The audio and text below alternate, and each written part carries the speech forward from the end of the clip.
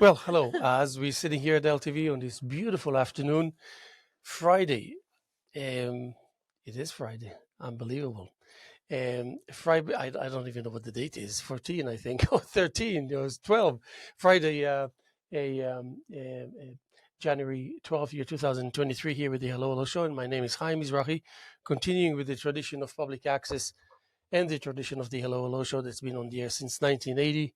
Of course, not to fail to mention the contribution by Fraser Dougherty, Francis Ann, and of course, a huge group of followers like yourselves out there, and make it your business to enhance and fortify the concept of public access. Together here with me is Ellen Colcord. And I must say that, if I may, I hardly know you, but I feel like I can say so much about you. We had a wonderful interaction where we realized that we know more people in common than we anticipated, and some of the names are very close to us. All the way by Alan Plants, that was a great influence, and anyone and his uncle knows about his contribution and how he made other poets feel so comfortable next to him, and how he always gave advice and was very humble and very down to earth. It's so crucial for people who are just beginning with their journey to try to express themselves poetically and creatively. And also, just your demeanor really appealed to me, that you kind of make the person in front of you feel comfortable and that he can just speak. So I think we had that short in the interaction, but yet meaningful. So first of all, I want to welcome you to the show, and maybe give you the mic and just give us a little kind of short background about Ellen. Thanks, Haim. It's good to be here. Yeah, it was kind of a interesting moment to meet the first time I met you, because I was living here about 30 years ago for 2 years. I had come from Italy after I was at the Accademia of Fine Arts uh, in Urbino, Italy, and also studying in Siena and Florence. And I decided I came back to the States because my family lived on Long Island, and I kind of ran out of money. And my wealthy aunt, who was living in Colorado, gave me a grant, and she said, "Where do you want to go?" I love it. And she said, where would you like to go? You want to go back to Italy, or you want? So I said, I'd like to go to the Hamptons and live there this winter. So I actually packed up myself with about $10,000 he gave me, which was a lot for 30 years ago. but and I found But my of course. I found my way here, and it was just really idyllic. I mean, I came in the middle of the winter, and I don't believe I knew anyone. And I made friends and had some exhibitions. I was in the Elaine Benson first New Generation show.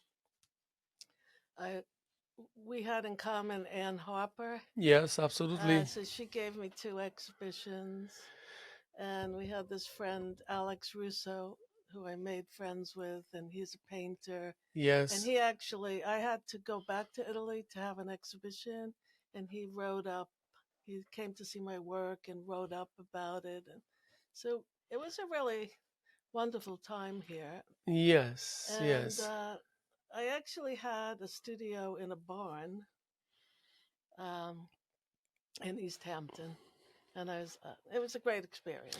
Yeah, So, and and I think something about your. I mean, I did. A, I got acquainted lightly about what your work is all about, and what strikes me is that you're really comfortable being comfortable. You know what I mean? It's almost like there's you everything happens inside, hmm, and you're like, and you're. Uh, I, how do I want to say it? Resolution. I want to use a big word, or to be resolute, is very personal to you, and I noticed it. So that's why sometimes you observe other persons, other artists' work, and you just want to leave it at that. You don't want to pursue too much. You want to keep the mystery going, kind of thing, if you know what I mean. So tell me a little bit about your psyche as a painter. Yeah. So, okay. I have to go back to that time. I mean, I've always been an artist, quite young, uh, and um, started studying, in college. But one of my strongest experiences was when I was in Siena, Italy, and I saw the work of Duccio Bagnansegno. So a major masterpiece. He's like proto-Renaissance, 12th century, and it was kind of a very spiritual, cathartic experience because I understood, the work is religious in context, but I was really interested in the spiritual energy that I got from that particular artist and the artist in that Siena. And to utilize it as a tool in your own quest as a painter. Yeah, I think when I did go to Italy, I was looking for inspiration, Uh-huh. and it there was a really strong energy for me to see these works. Yeah. Uh, and I just felt like, of course, great art is all about the spiritual, but that, particular work was religious in context. But Any intimidation involved in that process of getting to know? I'm sorry, Any intimidation Inti- involved? intimidation? Being intimidated by great art, great, I mean, I don't know about intimidation. I think I was just excited to see this work. And it really like imbibed itself in me because there was a lot of gold in these paintings, and I started painting in gold, lots of gold. And um, it just, for like 10 years, I couldn't stop putting gold leaf in paintings. But so when I came to uh, East Hampton, or the Hamptons, that's what I was doing. Okay, so what was your first question the, exactly? Sorry. it's already question number 5, by the way. No, but I'm going to go on Yeah, into yeah, that yeah. It's just because that it's very important. yeah, I know, Yes. because it's just the as someone who's just getting to meet with you and to get to know your work a little bit, and you keep your identity in the way that you want it to be. It's like, I know artists, they're kind of they're just like kind of usually all over the place, Hmm. and which is nothing wrong with that. It's just that you cannot really gather for quite a while who they are. We want to know who these people are, because especially if you're an artist, I believe that everyone is an artist, really, but per se someone who makes it his kind of life's project to paint and to show and to interact and to share, and hopefully make people happy, and volunteer himself to explain what he's all about. Yes, some want to expose, some don't want to expose, but they all want the same thing, marching forward, going, but some doing the same in a very kind of nonchalant way, in a very yet profound. And, and I think you are the one. I wanted you to give me a little feel about what's that, your relationship with your identity, kind of Hmm. thing. You know what I mean? Yeah, got it. So, well, I could just say that my interest is otherworldly, like otherworldly. Uh, I'm just I'm interested in the mystical, the spiritual, the I like to find that in my work while I'm doing it, and to present that. And so my study is always in that kind of subject matter. When I was a child, everybody said I was always in the clouds, but I I still think you are. that's what it was about. I didn't know. I was like, what the hell are they Yeah, talking yeah, about? you're preserving it very well. And So, so that's luckily for us. We need whimsical seriousness. You know, that's a good combination. Whimsical seriousness. You know, Right. so So, like and you were saying, the yeah, last particular work that I've been doing, I started doing works called internal landscape. So, because I'm really interested. Yeah, well, I was just thinking about before I came here what to talk about, but during COVID, I got really, it was such a meditative time for me because it was so quiet. I live in Greenwich Village, there's nobody on the streets. Um, I actually even studied at that time like a little bit of transcendental meditation. I'm really a big follower in books of somebody named Thich Nhat Hanh. I don't know if you know him, but he's a Vietnamese monk. So it's all about quietness and breathing. And so when I was doing these paintings during COVID, I got into making meditation marks, thinking of like time and moment and just getting into that space. yeah, But yeah. it's all typical of where I've been for the last 30 years. So your art imitates that these ingredients that you just mentioned, so you can see it in your art. You feel like it's almost like a natural implementation of how you are as a, like holistic and religious and so forth. That it's actually going naturally and inevitably into your work.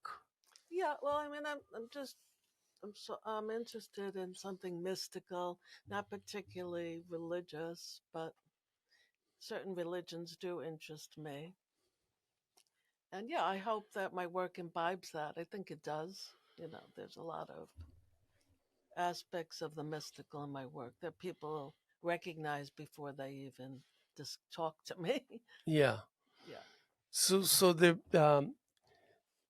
so it's I mean it's up for grabs if you think about it. When I show my work or expose myself, um, I always wish I would have had someone next to me that can answer the questions that I'm asked. You know, to just like listen, I think I'm done. I worked hard. Here it is. I will never approach an artist, nor have I ever approached an artist and ask him about what is this all about, kind of thing. Never. I mean, it would be crazy for me to ask an artist, "Oh, can you explain to me?" I, no. Um, if anything, I I can approach and say, "You must be exhausted." That's what I would say. Uh huh. This, the only statement question at the same time, and then I will follow by saying, "I can relate to that. I come from there too." You know. Got it.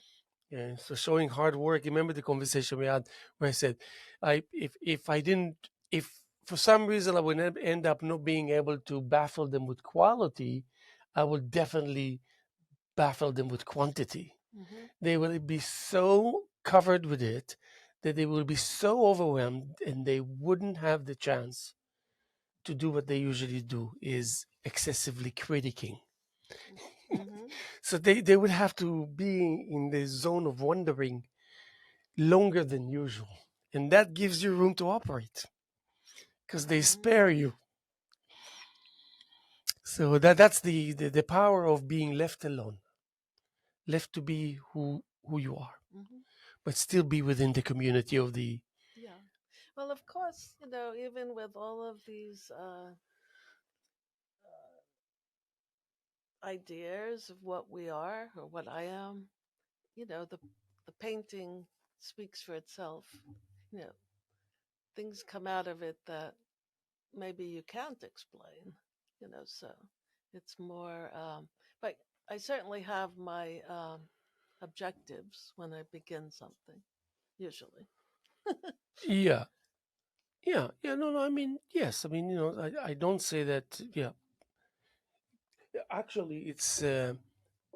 You remind me of a story. I went to see a show in East Hampton, one of the barns, and it was very unusual. But I noticed that the artist explains his work all the time. Mm-hmm. And people come, and he keeps on telling the same stories about the thing. And I happen just to hear that he's already said it like 7 times about that and that. So finally, without even planning it, when he was alone, I approached him, and I came, and I couldn't believe hearing myself telling him, "You really love to talk about your art, aren't you?" Uh, And and and I was really fascinated by it. And so immediately I said, "I don't want you to think that I'm just never saw anyone who loves to talk about his art." So you, so I said, "I wish you could do the same painting, overwhelm." So that means your canvases now. That's what I tell another artist. I couldn't believe I said that. But so I said, "You see your art? It's excellent. It's superb and perfect when it comes to having a space ready to start creating. These are ready to have the real creation on them." So you mm-hmm. show them it's not the end of the world. You take it back to the studio, and now you start doing your presentation. How do you do it? With the same style of zealousy that you have to describe your art. Mm-hmm. Have the same attitude, but with brushes and paint. I think he looked at me with this face expression like I'm curious, and I feel insulted a little bit also, because he said no one ever told me that. Mm-hmm. So I didn't dwell too much. I didn't feel. But the bottom line is that I always felt like I wish somebody could have come to me 20 years ago and tell me things like that. Like, and I would kiss his hands and say, "Thank you. Where were you all this time? Thank you." Mm-hmm. Someone who can save you a lot of hassle and energy wasted, and they can just kind of tell you this is better to go there. You'll find out later. Save me some time, save me some misery, save me some pain. So I don't know. I felt like but that's what when you were mentioning, so you were kind of implementing the things because your experiences automatically you would hope go to where they're supposed to, because you're a creative individual. Mm-hmm. But in the same token, you also want to be communicative. So how you blend these two and how successful you are, that's Yeah. a whole different story in itself. But you have your husband, your creative husband that you work with, that adds a meaning, another layer of meaning to your work and his work, and the result of both of your efforts also. So maybe you Yeah. can tell us, just to mention that David Schroeder is Ellen's husband, and he was here with us not too long ago. So definitely a creative person. So tell me about this sharing Yeah. the the creative process. Well, we have been doing a lot of collaboration where I have videos of my paintings that go in that coordinate with concerts. So actually last year we had actually an amazing opportunity to spend 5 months traveling the world together. Uh, he actually was on a sabbatical, and we just said, let's get going. And we traveled through Europe, and then also to Israel, to Thailand, Vietnam, Turkey. We were like all over the place. we spent, and one of the things that we did was concerts, because my husband is a musician, and so there were concerts in different countries, and then I did my video with the concerts, and then I also did some workshops, art workshops, for instance, in Vietnam and Italy, and it was a really amazing opportunity. But I'm really enjoying this concept of the visuals with these concerts, because they get blown up onto a big screen, and I'm watching a movie of my work, and people like it a lot. Yeah. Oh We yes. did something in New York recently at the Scareball Center, part of NYU, and it was just wonderful to have this 24 piece. orchestra, and then my work is behind it. Yeah. So it's like it's a movie of my work. I'm Yes. very excited about that. Yes. And So I got a lot of compliments, yes. like they got, they, there was one thing where I had this pink ball bouncing, and it's from one of my paintings, and people are, I'm thinking about that pink ball. Yeah. They're but it's such a great way because you and I talked about largeness in painting. So it's a Yes. great way of blowing up my work, big time. That I showed you my small pieces, no? I mean Yeah. my large pieces. About what? About what? The large paintings, no? Yeah. They're small, those large paintings. Right. The That's others what I'm I can't thinking. even take pictures of. Yeah. But it's wonderful to see the movement of my work. I started doing that a number of years ago. I did it in Peru. I had an animator help me animate my work because she says, I see your work as moving. And I said, it does. And we made these pyramids and movement with the concerts. And it was in the Incas So in what is the Peru. give and take in that combination, working with another person? Tell me a little bit about it. What's the give and take? Yeah. Well, I think the give and take is, I've living with David for 30 years now, is that, I'm familiar with his music, and he's very supportive, really likes my work. And we try to, I try to create, an interaction together. I guess So is that what you mean? because I noticed that when I saw the piece of the 5-7 minute video, I realized that there's a um, you you both perform at your height. It's not it's like really a sync that is interesting, and like almost like an instinctive natural sync between the two of you, which was Yeah, rewarding. It's a rewarding feeling. it certainly So, is. and again, I don't know much about you, David, his work, but it doesn't take much to figure out, or to understand. And Hmm. but yeah, I would love to see really large scale.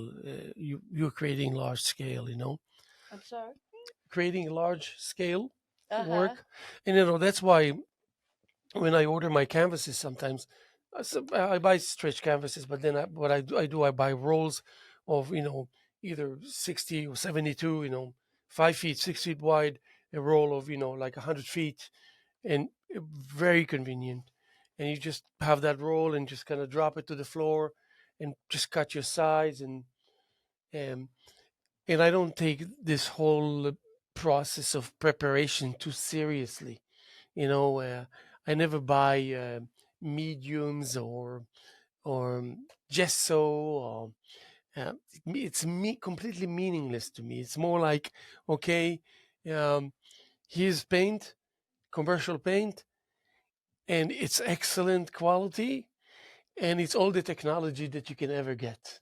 Hmm. You cannot shop around for something better because they all share the same technology. So you apply it to the canvas, and that's your gesso. Why? Because you said that's your gesso. Hmm. You know what I mean? And then, and any common sense will tell you that if you start with flat, it's a good idea. Hmm. Always start with flat. Primer, painting, it doesn't matter. Paint, start with flat. Why? Because flat receives everything generously, and gives you kind of this grateful look, like thank you for understanding that flat is the thing. And then you Hmm. start creating, and you start playing from all the way from eggshell to semi-gloss to matte finish to pearl finish, high gloss back to semi-gloss.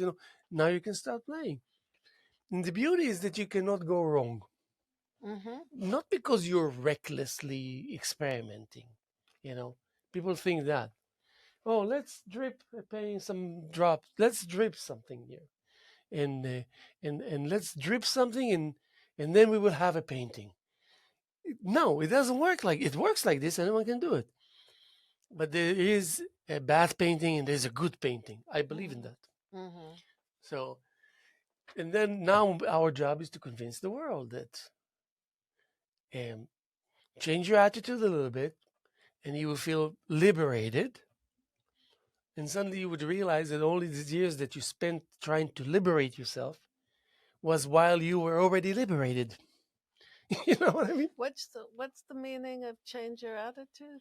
Change the attitude. That means you don't have to have gesso in order to start your painting. You can also take this raw canvas Mm-hmm. and use your common sense. Mm-hmm. This surface is porous. Mm-hmm. It will be more difficult even if you won't use anything. Start your composition with pigments and all this. It will be more difficult without a layer first, but it's doable. Uh, so you realize that you're liberated because you're really adding that much more time available for you to actually create. Mm-hmm. I know firsthand my friend artists, the most prolific are those who, if they're lucky, use 50% of the time that they're in the studio to actually paint. Some of them only 20%, some of them only 10. And I, 97% of the time. I mean, I have those 3% just to check if I remember my name, so and back to it, just for the um Are you going to paint today? uh, today. Oh, I already did. Oh, okay. Oh yeah, I always keep leave the path open, So when I drive, even if I have 15 minutes, I will stop and do something 15 minutes worth. So, Cool. yeah, but the point is that when you work with when you have a partner that you can really work on that high level that you do, uh, that's a too good to be true reality, and Yeah, no, it's. I mean, we that I'm work. not familiar with. I don't really know. That's why I'm asking you. Yeah, no, we work together, but there's a lot of separate work also. So then we come together. Yeah, too. Yeah. So let's talk a little bit about Alan plants. Speaking of Alan plants, as by way of do you write poetry, by the way? I do, Yes, but periodically. yes. I studied poetry, and yeah, I do write it definitely, Uh huh. but I don't publish books on poetry but I used to write a lot. Yeah. Did any of your writings ended up on the surface as a part of a painting? Uh, well, I had some exhibitions where I've written written a poem about the exhibition. It was very spontaneous how the poetry kind of comes forward when I'm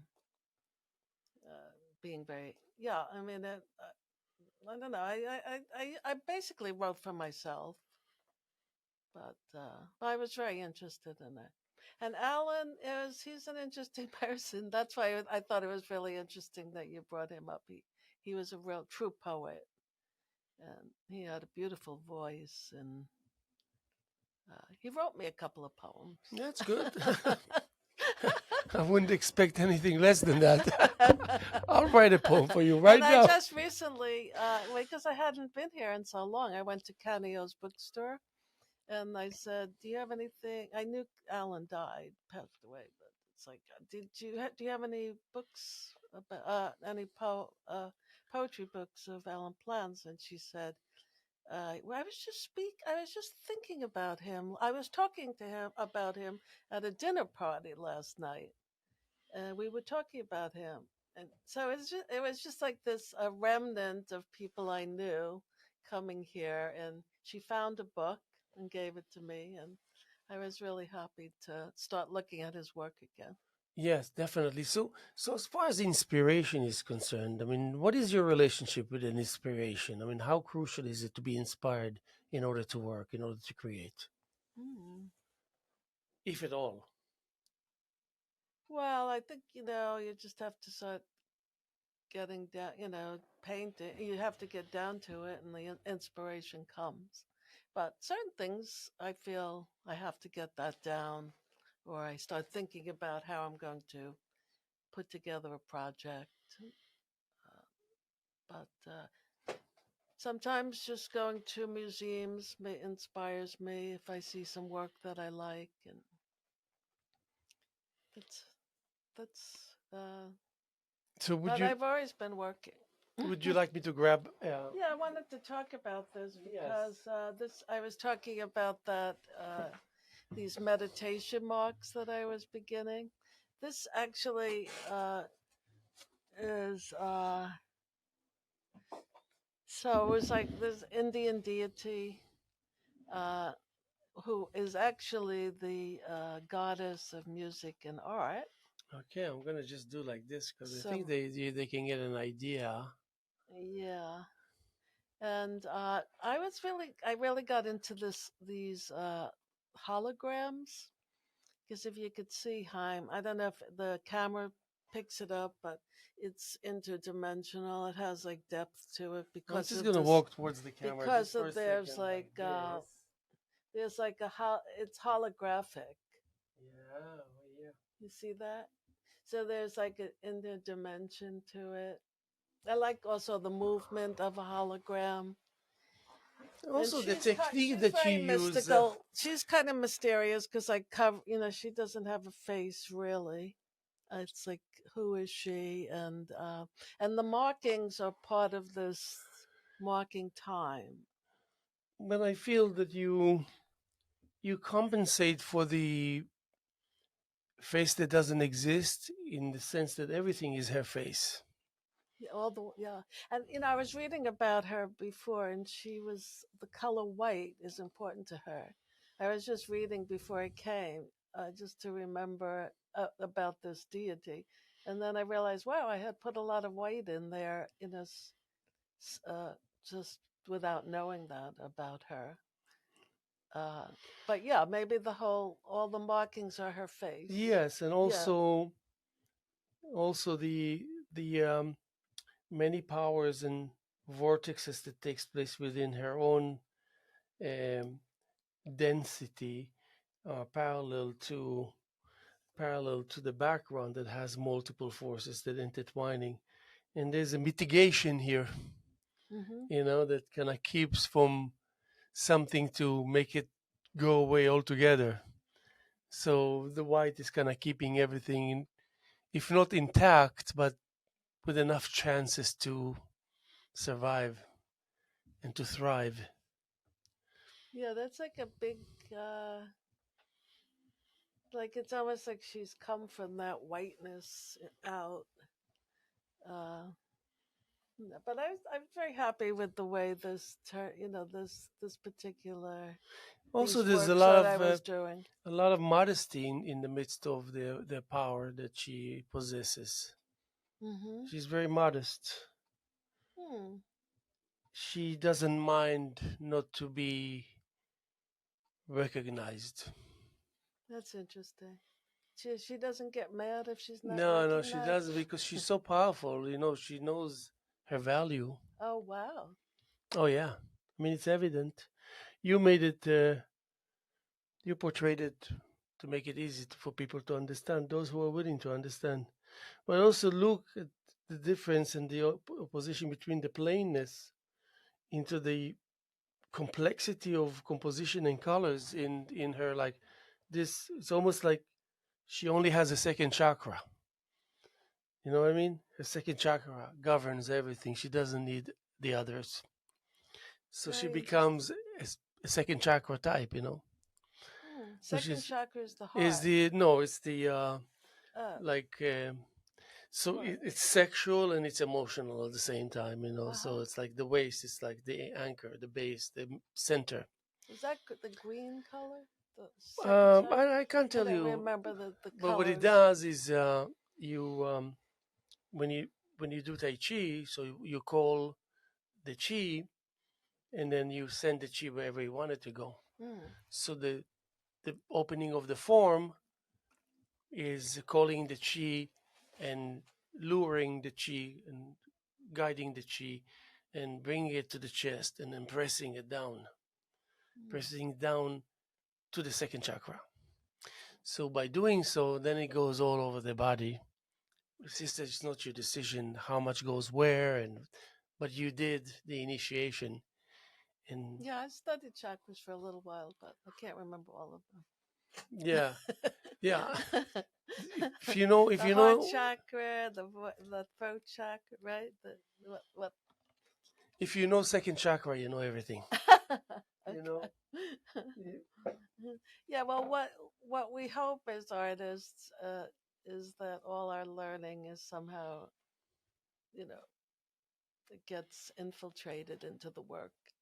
Yes, and also hoping that your work can really reach people's hearts and also make people desire to do it themselves. Hmm. Not by stealing things from you, but just doing. It's because there's a lot of people that say, if I come to your studio, if I see something that I really like, I will steal it from you. Things like that. Well, Uh, Picasso was the great stealer. That was his words. What yeah, did but he at said least something like, "Great artists don't copy, they steal." But it, anyway, he was kind of evil, yeah, but at least I mean, you but look how great, powerful he was. of course. If you need to portray his power, how would you describe his power? Well, first of all, I would say that because just to he really was one of my first influences. Other than the fact that he could drew anything and had the conservative, classic training. Other than that, how we describing that power that he possessed? Well, I think he was kind of supernatural. You know, his powers were really strong. Uh, all his styles and periods. I mean, he was totally convinced about what he was doing. And he was just a very strong. He's a supernatural to me Yeah, individual. He yeah. was one of the greatest, Hmm. definitely. Well, mainly because he allowed himself, and he would spend time in the studio that otherwise would crush others. It's not easy to be in the studio 6, 10, 15, 17 hours. Hmm. Especially him using mostly oil. The fumes, just everything. But work ethics is number one. Hmm. So if he takes something from you and he takes it to his sacred domain, then magic will happen. So, but most even some of the greatest. I mean, if you compare de Kooning or Jackson Pollock to Picasso, they didn't even work 25% of the time that he did. Yeah. They were like picky and too messed up, too drunk, or I don't know something. I had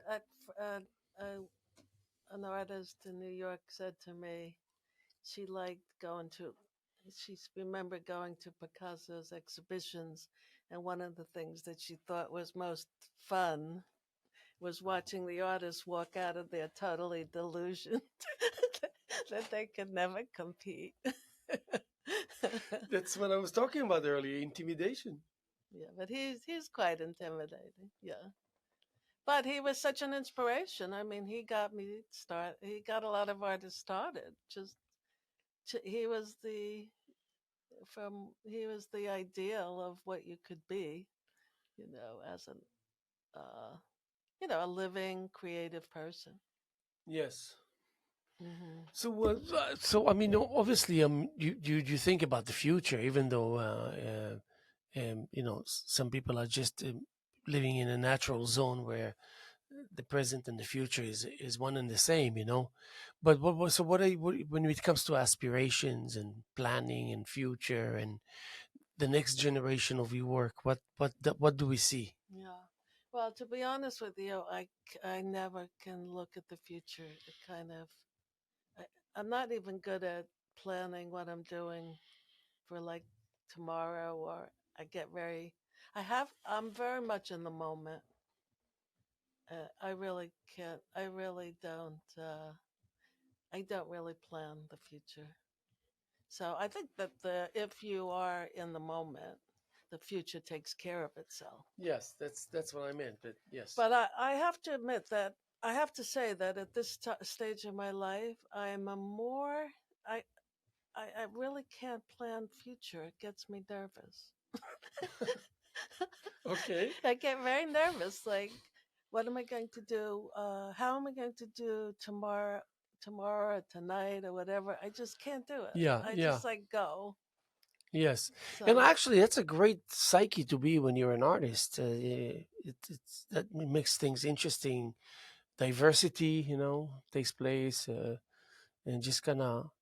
Also, it helps you. That's what I noticed about you, that you're actually comfortable with yourself. yeah. That's what one gets, and when you look at the paintings, and also that's why I thought the large scale will give you some sense of extra liberation, kind of thing. Well, I have done large scale in the past, but you're inspiring me. Yeah, Okay. yeah. All right. I dare you actually more than a little bit. Ooh, I Ah! like that. I dare you. That's a very cool thing to say. You Oh, know I'm why? so glad. We that had, the great Wayne Shorter, of jazz course. musician. Oh yeah, the saxophone. He Oh my God. he basically said, "What Dave? My husband interviewed him, Yeah. and he says, "What does jazz mean to you?" And Wayne Shorter said, "Jazz means I dare you." So it's nice to hear you say that. That's a connection. And um, Joe Zavino, that was like very close to him, and of course they did weather report and everything together. Hmm. Um, was the one that gave us hope. We were very close to him when he came. He had a half a dozen visits to Jerusalem to play, Hmm.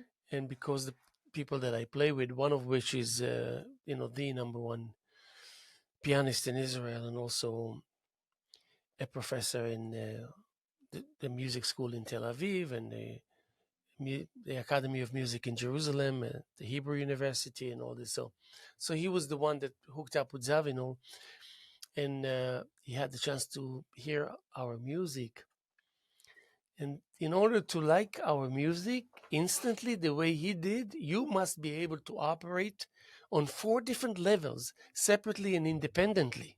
Hmm. So you can hear every instrument, how they do what pleases them to do at that moment, and how they all share one common thing is the ability to really play, even though they don't play real book jazz or whatever at that particular moment. Hmm. But you get the feeling that they could if they wanted to. Hmm. So he stopped everything and wanted to listen is because he had 4 different things on 4 different levels, and he managed to find himself there, sorting Hmm. through. That was him. We learned about us by learning about how he feels about us. Hmm. You know what I mean? Hmm. And it was amazing to be there. So he like when we had conversations with him, he would listen to us and talk to us as if he is learning constantly from each one of us, and he knows that He's what? Doing what? he's learning from us, Ah. while he knows that we know how great he is. Hmm. He's super great, but he gives you that feeling that he knows that you know a lot too. Yeah. Well, we're all interacting, aren't we? Yeah, but modesty, unbelievable. Hmm. He's done with showing off. He cannot show off anymore. Mm. He cannot. He Beautiful. must be something unique to himself. Hmm. So you learn about when I took lessons with Kenwood the Nod, I always had to remind myself that I'm sitting across one of the most incredible creatures on planet Earth. Yeah. It was hard to believe, but he would just make you feel like this is okay. It's all good. You know, Mm. we got some work to do. And he always said we got some work to do. Beautiful. We got to work. We got to work. No fantasies. And that's exactly what we did. Yeah. So and I kind of very intrigued by the journey that your husband is taking, being able to be exposed to all this incredible wealth of musicians and contributors and educators, and that's fascinating in itself. It's unbelievable. Yeah. He's pretty good. Yeah.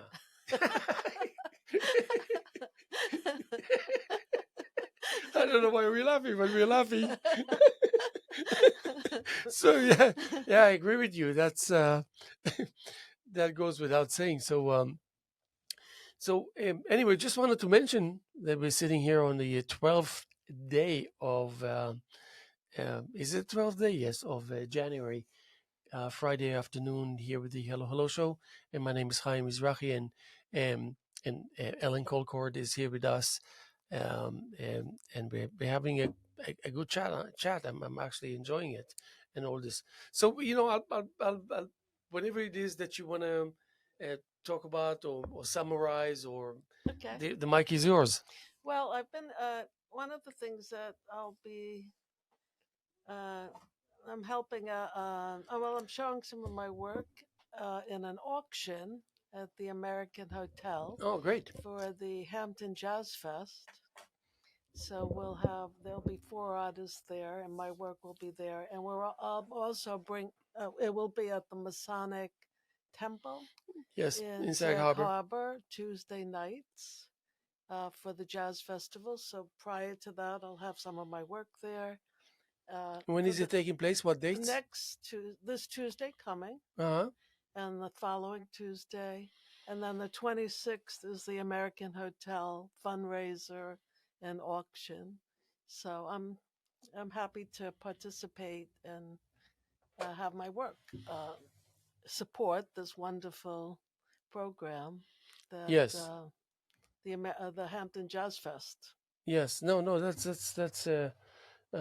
very important, and I will definitely make it my business to mention, um, in the next week or so, and throughout the timing, and hopefully I'll be able to attend to one of the uh, one of the. So if there's anybody out there listening that likes my work, that like my, come and see me. I'd love Yeah, to talk to yeah, yeah, you. definitely, I'd like to by all show you means. my work in person. And do you have a website that you want to maybe? Yeah, so my website is my name, Ellen Colcord, Colcord, gallery.com. Uh, so that's some of my newest work is on that website. So right before we, because we are, believe it or not, almost 15 minutes on the air. So, but you you live in the East Village. Right. That's Greenwich Village. Greenwich Village, and that's incredible in itself. So, I mean, Yeah. I'm just wondering, if I was to be living here and being an artist myself and all this, I would be like walking around feeling like I'm explosive. Like, how is it? I mean, Yeah. other than getting used to the idea that that's where you live, it's your home. As far as art is concerned, as far as the sweetness and the roughness and the all of the things that Greenwich Village has to offer to us. Yeah. So Well, how it does it definitely has a lot configure of in your life? there's an intense energy all around. And I have to work with that because the truth is, I really do miss. One of the reasons I came here for the last 2 months is I wanted to be in nature more. So I'm always like, we live in an apartment building, and I'm kind of missing. Like, I'd like to open the door and walk out, but I can't do that. But there's so much energy there, and they're living in Greenwich Village, and I really do have to. I kind of, I don't know, wrestle with it. Okay. Yeah, I'm not. My husband is more uh, happy to be in the city. I'm wrestling with it a lot. Uh-huh. Sometimes I think it's fabulous, and other times I need to escape. So what is the nature of the existing new generation of artists? I mean, The what? what the nature of this generation of artists, the young ones, especially those that found themselves already in the, I mean, to be in Greenwich Village and to be in Manhattan as an aspired artist, it's incredible. It's fantastic. But Hmm. what does it spell? How can you describe it? What does it what? What does it spell? Like, Span? yeah, spell Spell. Yeah, S that means, P. what does it? Wait, say that again. What does it tell? I mean, what do you see when you look at the new generation? that's Oh, the actually new generation? of artists that's actually right there Well, you know, that's so in eclectic, the center really. stage. It's so eclectic. But recently I was working with a lot of young artists, painting together, young ones, and they were really good. Uh, the one thing I really loved about them, they were so concentrated and so uh, really thoughtful. That I liked. That I was really impressed with. I really love their energy. So I just think it's very eclectic. All the different type. They're just everybody's so different. Uh, Yeah, but if but you're talking about there must be some trend that's kind of hovering over them and tells us a story. What's the story this trend is at the telling us? moment, Yes. gee, that's a big question. But we can shrink it into a seed. Yeah, that's a big question. I'm not sure. I mean, I know. Uh, well, there. I think you're talking about living in the city, what that's like. You really maybe we're all wrestling. There's a lot of wrestle going on, right? Uh, Maybe it's not so idyllic as being in nature all the time. Yes. That's Yeah. why I do need to get away from. But there's a lot of energies that So you you, have you talk to. about friction, obviously, and and come on, Yeah, there's a lot of energies. Like I live right by Washington Square Park, hmm so we have parades going down our street from Yes. every revolution Yeah. that's happening. So you're dealing with a lot. Yes. So that's why I get into my meditative. But I'm still wrestling with those energies when I'm in. Yes. Yeah, No, I know in Washington Square Park very, very well. I But I mean, can't, I can't really speak for everybody what's going on. yeah. And it's so, I would say it's so pluralistic still Okay. Okay.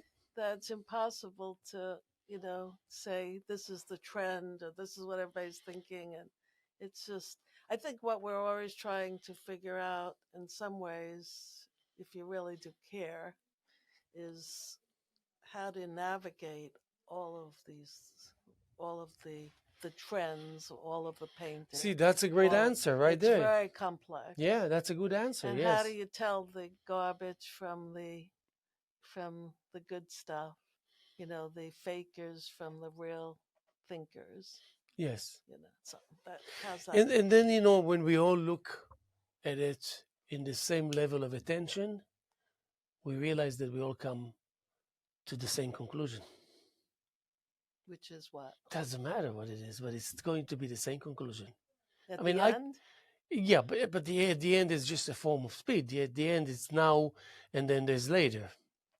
But it's all about uh, uh, when my children come to me and tell me that they want to paint, I look, I examine their expression. It's like I think that I managed to attach a level of seriousness to this whole issue of me being an artist and have kids that are exposed to it 24/7. And I managed to do something incredible just by just they know by now that they cannot just having me say yes we can paint or you can paint when they want to or when they ask for it. Hmm. So I think I'm creating an attitude within them that if they will be able to adapt and to relate to this attitude, Hmm. and then they decide to be artists, they will be vicious artists. They will be superhero artists Hmm. just because they had the right attitude. Yeah. Well, I mean, you certainly need a commitment to art, and it change as life goes on. You have to, you start off very optimistic and inspired, and you try to follow that vein through life, and and you get to a point where you're either committed or you're not. Yes, So. but also to create the trend of exhibitions that, you know, you want to create your own rhythm, and your own rhythm might spell 12, Hmm. and the average is 2 only. but you don't care. You don't think about these things. It's not like you disregard, you disrespect. You just don't care because you care about other things. And because you can only care about that much, then you end up not caring about these things. So it's a great place to be, to just like be adamant and be like navigating between consistency, devotion, and stubbornness together, kind of thing. And no matter which one it is, you feel okay with it. Even when you're stubborn, that's fine because it just takes you where you need to go. So, and then at the end of the day, the world benefits from it. Everyone, I belong to this Tuesday group of, I think the youngest is 80 years old. And yesterday we talked about many, many things and all. The youngest is 80? Yes, I'm the only one who's younger than younger. But then at the end we were talking about very seriously about things, examining things, and then I said, "Can I just suggest before we finish, so we were left with something tasty and uplifting? We need to talk about art. We need to be thankful for art. We need to understand the gravity and the extent of the influence that art has on those that have ill intentions, how it balances evil, how it gives us hope, how it keeps us busy and active and prolific and creative and whatnot, and how there are hundreds of millions of them around the world. Just imagine the power. Even if they don't show, even if they don't, the talent is there, that will is there, the will to cope with the desire. There's so many desires that people don't have. They cannot cope with them. So if you're lucky enough, you learn how to cope with these desires, and then you find yourself actually active. Woo! You're just cruising and surfing and this, and things really happen, and everything is effortless and meaningful at the same time. So that's where we want to be, I think. That's why I hope. I was always hoping all these establishments that prepare the new generation to go should always emphasize that you need to pause and take some time to just be regular and do it in class. Have a coffee machine here, stop the class, let's make some coffee, whatever it is. Small talk, inhale, exhale. Somebody wants to take a puff, they can take a puff, whatever. Just chilling. And then, at some point, 20 minutes later, someone just says something and takes the whole group right back to where they were before. But then they get there, they realize that their muscles are intact, but they're more flexible, more agile, So therefore, everything's, you know what I mean? So being of the moment, like Frank Zappa, when he was asked if he thinks himself as a great guitar player. Yeah. And you can see it on my Facebook page. I just posted it. And he says, I am the master of the moment. So my band starts playing, and I know that it's coming, and I'm going to get my time to play the guitar. And I'm going ballistic on it, he said. And knowing that I can play the guitar. So I don't worry about that. I'm just freestyling, inventing, experimenting, everything. But I know that something meaningful will come out of it is because I'm a good guitar player. My fingers know, my head know, my brain know, all the coordination, they're all there. But the way he said it was like, and then I started thinking about how much work of his I know. So it's like, oh, the master himself. That's right. He spelled out the explanation to it all. Yeah. And like that album, Shut Up and Play Your Guitar, is one of the greatest with Terry Bozzio. And in any case, how about we're going to be here tomorrow as much as we were here yesterday and as much as we're here this Friday afternoon, January 12th, year 2024, here with the Hello Show. And my name is Haim Mizrahi. And my guest is Ellen Colcord.